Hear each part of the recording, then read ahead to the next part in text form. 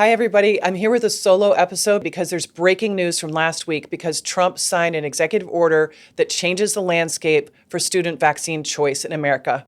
On August 10th, he signed the executive order called Delivering Gold Standard Childhood Vaccine Recommendations for Americans. The executive order is broken into 4 sections. First is obviously the purpose of why President Trump had to issue this executive order. Second is new recommendations for childhood vaccines. Third is the research that HHS is going to be doing around the vaccination schedule. And fourth is the reason why I'm talking to you about this executive order today. The fourth demands that the Department of Justice look into this issue of lack of parental choice around vaccinations in many states around the country, but especially in California. So first, I want to tell you how excited we are at Free Now Foundation that this executive order was issued. We've been working on litigation to restore parental choice around vaccination for years. So we are literally years ahead of the Department of Justice in this regard. So what that means is the DOJ should follow our lead and get involved with our cases to expedite the order. So I called Robert F. Kennedy Jr. the day this executive order came out, and he gave me some surprising news. And that was that this executive order is only going to be good for red states for now. What he left out of that conversation is that Section 4 is going to be good for all states in the country, including blue states, including California. And again, that's where Free Now Foundation comes in. We have set the litigation template to free all blue states, not just California, from this vaccine tyranny, from these draconian mandates that our students are under, the mandates that literally result in medical segregation of our students. And by that, I mean in California, for example, they have to get more than 30 doses of 10 vaccines just to go to school in California. If they're missing 1 dose, they cannot go to school here in California. And that's that. We have a medical exemption scheme that is designed to fail. If you can even get a medical exemption from a doctor, which is basically impossible, that has to go into a database called CAIR-ME, CAIR-ME. It stands for California Immunization Registry-Medical Exemption. And if your doctor puts one into that database, that gets bumped up to the Department of Public Health. And then the Department of Public Health overturns almost every single medical exemption I've ever heard of. I only know of one that's made it past the Department of Public Health. And so if that happens to you and you actually get a medical exemption and the Department of Public Health looks at it, it's going to be overturned most likely, and your child will not be able to school, even if it's only 1 vaccine that they're missing. And so what does that leave parents with? 2 choices. You homeschool, forcing one parent to give up their job, or you pack up the family, you give up your careers, you give up your friends, you give up your family, you leave and move to another state where your children can be educated safely. So that's the situation we're in. That's why this is so serious. And that's why Free Now Foundation has been working on this litigation literally for years. So I'm going to talk to you a little bit now about what the executive order says and what it doesn't say. And then I'm going to talk to you about the ways in which we think the DOJ can get on board with our cases to accelerate their obligation to restore vaccination choice for parents. By the way, I wrote an article about this executive order the day it came out on August 10th, and use the link below to access that article. I think you'll enjoy it. So let's quickly go over the 4 sections of this executive order. First is the section that talks about why President Trump had to do it, and I'm going to read you a couple key phrases from this. So first of all, it says that the Department of Health and Human Services completed a scientific assessment which identified a set of consensus vaccines that are consistently recommended in all peer countries, and these are developed countries. And that assessment found that the United States currently recommends more childhood vaccines than any peer nation. In fact, we give more than twice the number of doses of vaccines as any peer nation. And a dose would be, for example, the MMR vaccine is actually 3 doses. It's measles, it's mumps, it's rubella, so that's 3 doses. And for the purposes of our vaccine injury compensation program, that's treated as 3 doses. That's not treated as 1 vaccine. You know how I know? I know because everybody who gets a vaccine pays a 75-cent tax per dose that goes into that vaccine injury compensation fund. So the MMR vaccine is 75 cents times 3, which is $2.25. And I know that's a controversial thing. Among the pro-vaccine set, they don't like us to say that the MMR vaccine is 3 doses, but it is, and it counts as 3 doses for our vaccine injury compensation program. Section 1 also says that instead of implementing vaccination mandates in these peer developed countries, most peer nations maintain high childhood vaccination rates through public trust and education. Now, I want to sit on this point for a little bit. This is not a small point. I want you to know that there's game theory analysis about this. And basically, it's been modeled out through game theory to show that if you have a soft vaccination mandate, then trust in public health authorities goes up, and that increases vaccine uptake. So for the pro-vaccine people who really want to see something that's called herd immunity, which doesn't actually exist, but they think it does, they want to see those vaccination rates go up. And so a soft mandate where people can just quietly opt out is the best way to get those high vaccination rates. Now, for the people who opt out, that's a really important part also of the trust that they want to engender in society around vaccinations, around the public health officials, and around the medical system in general. Because if the people who need to quietly opt out do quietly opt out, they're not going to turn pro-vaccine people into ex-vaccinators. They're not going to turn those ex-vaccinators into loud people like me who they think make a problem for the vaccination program. So allowing those people to opt out quietly is what's worked in the past, and it engenders a lot more trust in public health and leads to higher vaccine uptake, believe it or not. So in other words, everyone, the pro-vaccine, the vaccine skeptical, the anti-vaccine, even the vaccine abolitionists, they should believe in choice. Because vaccines are not going away. That's realistic. They're not going to go away. My group is not trying to take vaccines off the market. We're trying to restore choice. And that choice is so important because it results in the outcome that the pro-vaccine people and the vaccine safety concerned people both want to see. And regarding the timing of this executive order, President Trump had to issue this executive order because there's a committee that advises the CDC on which vaccines are recommended for children, at what ages, and at what doses, what the dosing schedule is, et cetera. That's called the Advisory Committee on Immunization Practices, ACIP for short. And so what happened is that last spring in March, when I interviewed Dr. Robert Malone, who was the chair of that committee or vice chair of that committee, he said that this judge named Brian Murphy actually disbanded the ACIP committee, canceled the ACIP meeting, and undid all the decisions that they had made recently to change the vaccine schedule to match the peer nations. And what else was going to happen in that meeting is that all the data about how COVID shots are going to be more harmful than helpful was going to come out in that ACIP meeting. And the powers that be, whoever they are, did not want that to happen. So Judge Brian Murphy made a ruling that did all those things, disbanded the committee, undid the decisions, and prevented them from meeting. And the ACIP committee is still prevented from meeting to this day. So President Trump came out with this executive order because the whole point is to go match the vaccine schedule back to what the peer nations are doing, with fewer vaccinations and fewer doses. Now let me talk to you about what's happening in California and why this executive order is not going to help California or other blue states. And when I talked to RFK Jr. the day this executive order was signed, he said, Alex, this is only going to help red states for now. And the reason he said that is because California has joined a governor's health alliance, and they're part of a public health alliance of states as well. In all, about 18 blue states are part of one of those two alliances. And in those alliances, they have separated themselves from any federal guidance, and they're getting their guidance instead from private membership organizations like the AAP. Furthermore, in California, Governor Newsom made things even worse here.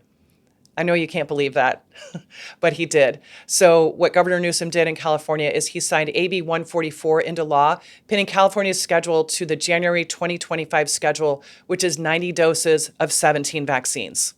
And so this new federal guidance from this executive order is not going to affect California. And that might remain the case. But what is going to happen in California because of this executive order is the DOJ is going to jump in, and we are going to petition the DOJ to get behind our cases at Free Now Foundation to restore parental choice. So no matter how big that schedule is, how convoluted the logic is for that vaccine schedule, parents in California are going to have their rights restored and have maximum vaccine choice, which is the exact language used in this executive order. Okay, so moving on to Section 2, we talked about why this executive order had to happen, and it had to do with ACIP not being able to meet.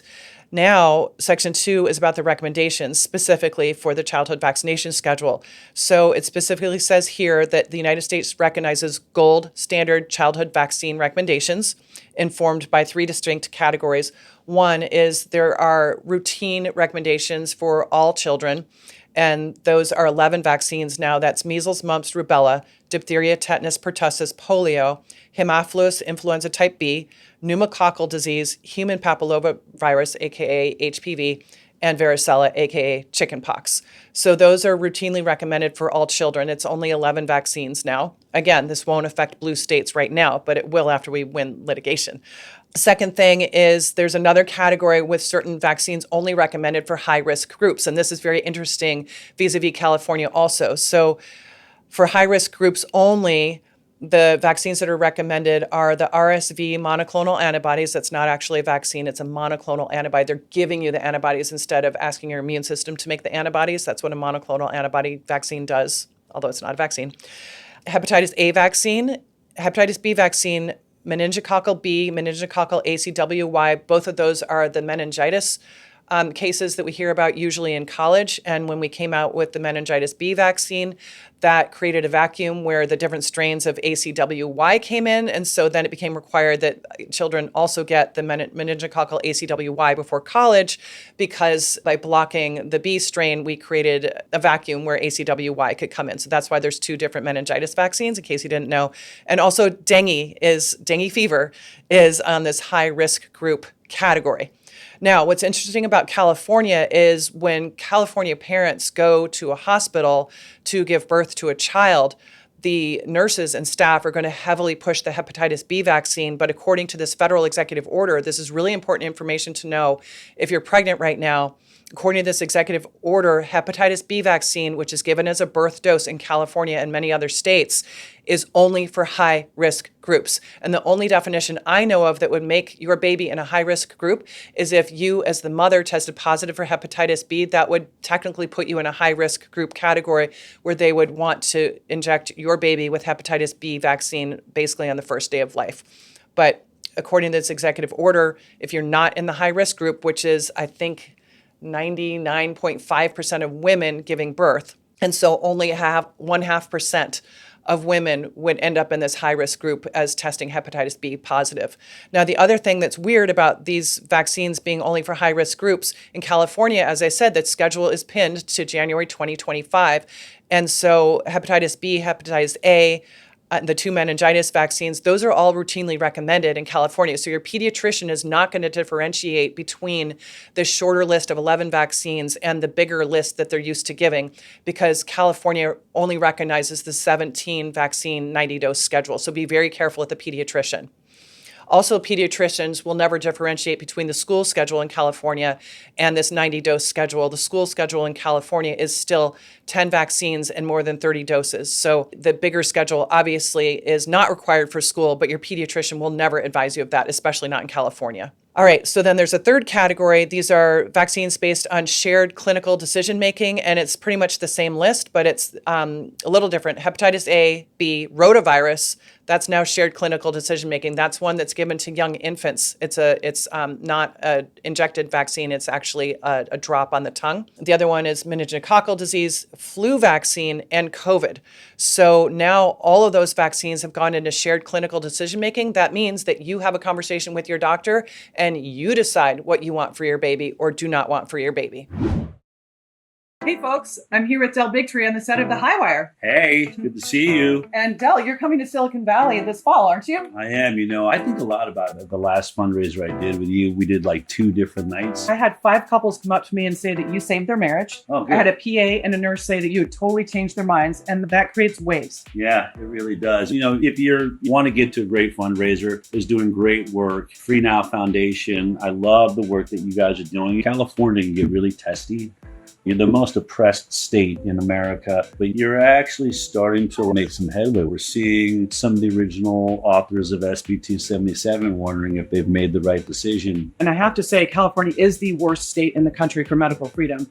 There's a medical exemption on the books, but it doesn't function. It's designed to fail. So we have no options for children to go to school in California without vaccines. But there is so much hope. Free Now Foundation, we have 2 lawsuits. One of them would totally end the need for exemptions. There's a lot of stuff happening in California, and I think we're going to see a lot of progress over the next year or 2, and things are going to change dramatically. Well, look, you want to get involved, and I'm going to be speaking at this fundraiser September 12th in Silicon Valley. Free Now Foundation, where do we go to sign up or be a part of that? Go to freenowfoundation.org and you can sign up for the fundraiser. You can get to meet Del in person, get a picture with him, ask your questions. We always have a robust Q&A. It is going to be a good time. Margaritas, organic tacos, and all of your medical freedom friends. Absolutely. I'll see you there.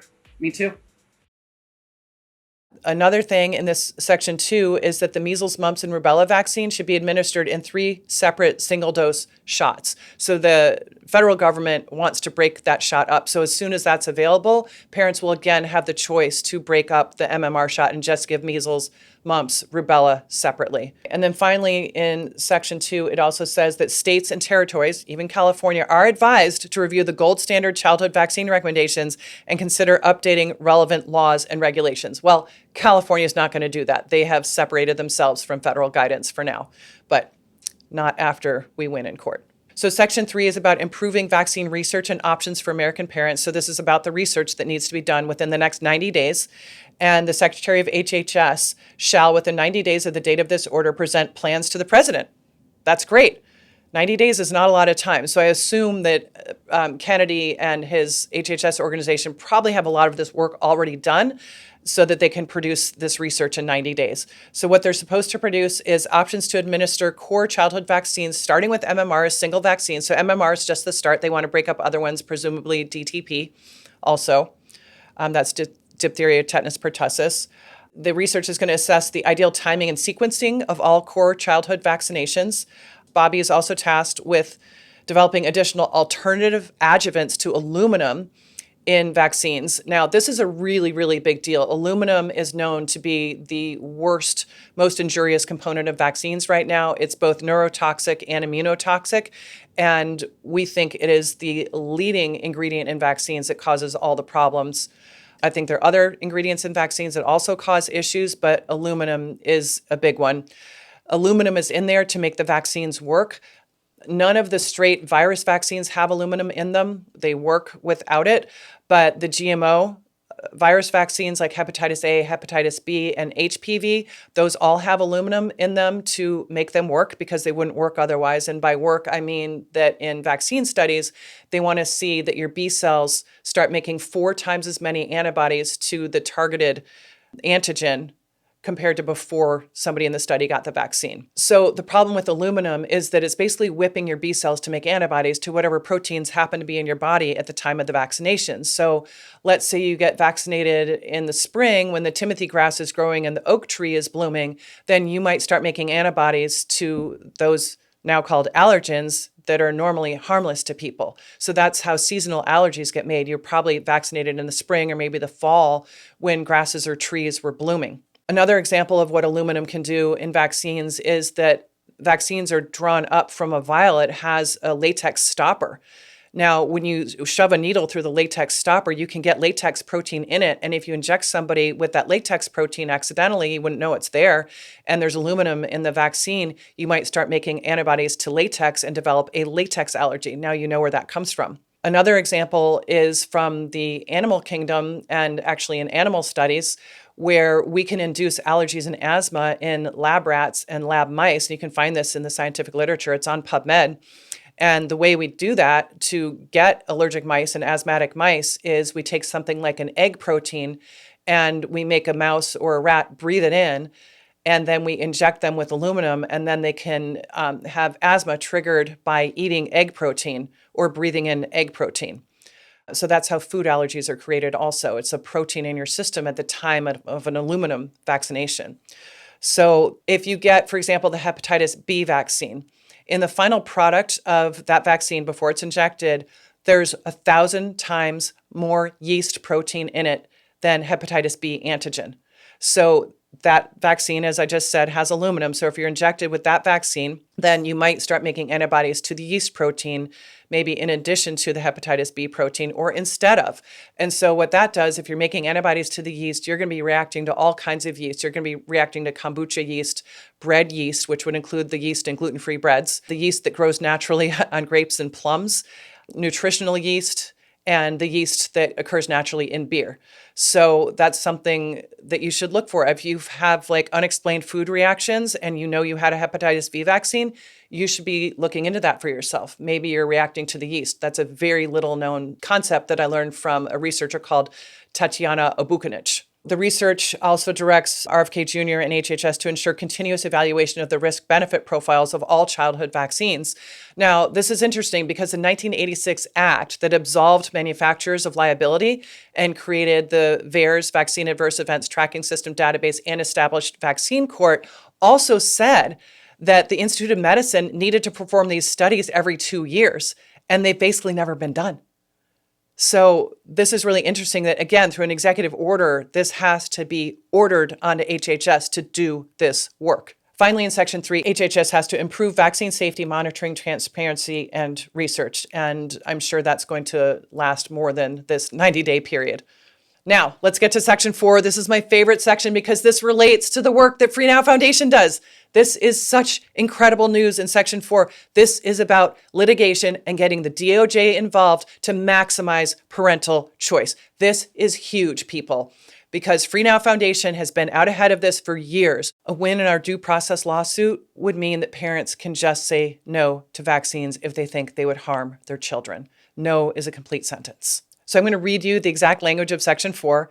And this says, the Attorney General, that's the head of the DOJ, shall take appropriate measures to further meritorious legal actions challenging state laws that conflict with states' constitutional and federal statutory obligations related to parental authority, religious freedom, disability accommodations, and equal protection under the law. This is huge. This is what our lawsuits are all about. We are working on parental choice and the right of parents to direct the upbringing of their children, including medical decisions. We're working on the state of California recognizing disability exemptions that we call an ADA waiver. This is incredible news. This is President Trump directing the DOJ to do the work that Free Now Foundation has been doing for years. The executive order in Section 4 also say that states have an obligation to provide religious and medical exemptions from childhood and adolescent immunization requirements. Okay, do you know how bad it is in California? We have no religious exemption. We lost that in 2015. We have no personal belief exemption. We lost that in 2015. In 2019, we basically lost the medical exemption. It is a design to fail medical exemption, as I talked about earlier in this episode. So we don't even really have a medical exemption. We have nothing. We have a de facto mandate. That's why I call it a de facto mandate, because no one can get out of vaccinations for their children to go to school in California. So again, this help from the DOJ is so exciting, and we're going to ask them to get on board with our cases, and I'm going to explain a couple ways they can do that in a minute. But here it says the Department of Justice, Education, and Health and Human Services shall take appropriate action to ensure that the states are compliant with their constitutional and federal statutory obligations related to parental authority, religious freedom, disability accommodations, and equal protection under the law, including, to the extent applicable under federal law, their obligations to provide religious and medical exemptions for childhood and adolescent immunization requirements. Now, that sounds exactly like the paragraph before, but this is directing states to do that, and it's directing the Department of Justice to make sure states are doing that if they're not already doing it. Again, that's where Free Now Foundation's lawsuits come in. Okay, so let me explain a little bit about our two cases going on right now that are way out ahead of the DOJ on this. First is our due process lawsuit that's based on the 14th Amendment right to due process, and that's been interpreted as meaning parents have the right to direct the upbringing of their children, including medical decisions. We are also arguing that this case from 1905 called Jacobson versus Massachusetts was based on a state standard of safety. Okay? Do you know what that means? That was not a scientific standard. They didn't have a scientific standard for safety in 1905, okay? So all we need to do is prove that the state standard of safety is that the vaccines are not safe. We had a decision from the Supreme Court saying that in 2011. That was the Brucewitz case. And in that case, the Supreme Court famously concluded that vaccines are unavoidably unsafe. Well, we also have vaccine court. And why do we have vaccine court if vaccines are safe? That can't exist if vaccines are safe. Why do we have an adverse events reporting system if vaccines are safe? That can't exist if vaccines are safe. So the state has now declared, more than 100 years later, that vaccines are not safe. So we're arguing that Jacobson actually can't apply because the state has determined that vaccines are not safe. And by applying Jacobson, what I mean is that judges have consistently interpreted Jacobson as meaning that you can mandate vaccines because it's in the interest of the state, but not if the state has found that the vaccines are not safe.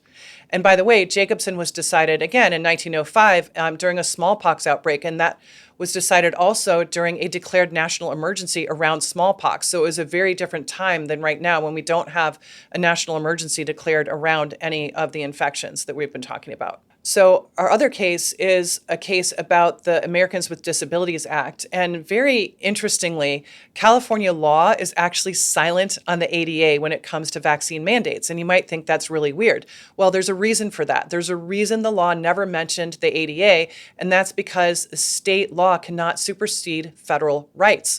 So if someone has an ADA disability that precludes them from getting vaccinated, they should be able to have an ADA waiver and go to school without that vaccine or vaccines. So our ADA case is asking a very simple question of the courts, and that question is, are schools exempt from the ADA? Everybody knows the answer to that is no. No, schools are not exempt from the ADA. So there's a group called Frontline Health Advocates, and they've been partnering with doctors and lawyers to evaluate students to see if they qualify for an ADA vaccine disability. And if they do, then they get a legal letter saying that they have an ADA waiver to vaccination. And then the parent brings that directly to the school. It doesn't have to go in the state anti-vaxxer database. It doesn't have to hit the Department of Public Health. Just go straight from the parent to the school. And a lot of schools in California are accepting those, but not all of them. If it's a public school, it's less likely to accept an ADA waiver. Private school, yes. And religious schools are a very interesting case because prima facie, if you read the ADA law, it says that religious institutions are exempt from the ADA, but that was based on the idea that disabilities at the time were more physical disabilities. They were thinking of people in wheelchairs, and they were thinking of old churches that have steps and other things like that that can't accommodate wheelchairs. And so they didn't want to have churches ruining these old, beautiful buildings to accommodate people with ADA disabilities, aka wheelchairs. So that's how that ADA law was set up. But it's been interpreted much more broadly, and it was interpreted much more broadly in 2008 to include any condition that's lasted longer than 6 months. That's what qualifies as an ADA disability. Now, the thing I wanted to say about religious schools is that if they accommodate any other disabilities, like they have an EpiPen for a child, that's a disability and they're already accommodating. If they're accommodating somebody with a learning difference, they're already accommodating a disability. And if they do that, if they accommodate anyone, they have to accommodate all disabilities. Also, if a religious school receives federal funding or state funding, they have to accommodate the ADA, meaning they have to accept an ADA waiver to vaccination. So that's why the ADA waivers have been working at some religious schools. Now, when we get a win in our ADA waiver case, that would mean that all schools will be forced to accept the ADA waiver. So those are two ways that Free Now Foundation is right now attacking this issue of no exemptions in California. We think that everybody should have the right to say no. So if we win the due process case next year, then none of the cases involving exemptions would matter because you don't need exemptions if you don't have mandates anymore, right?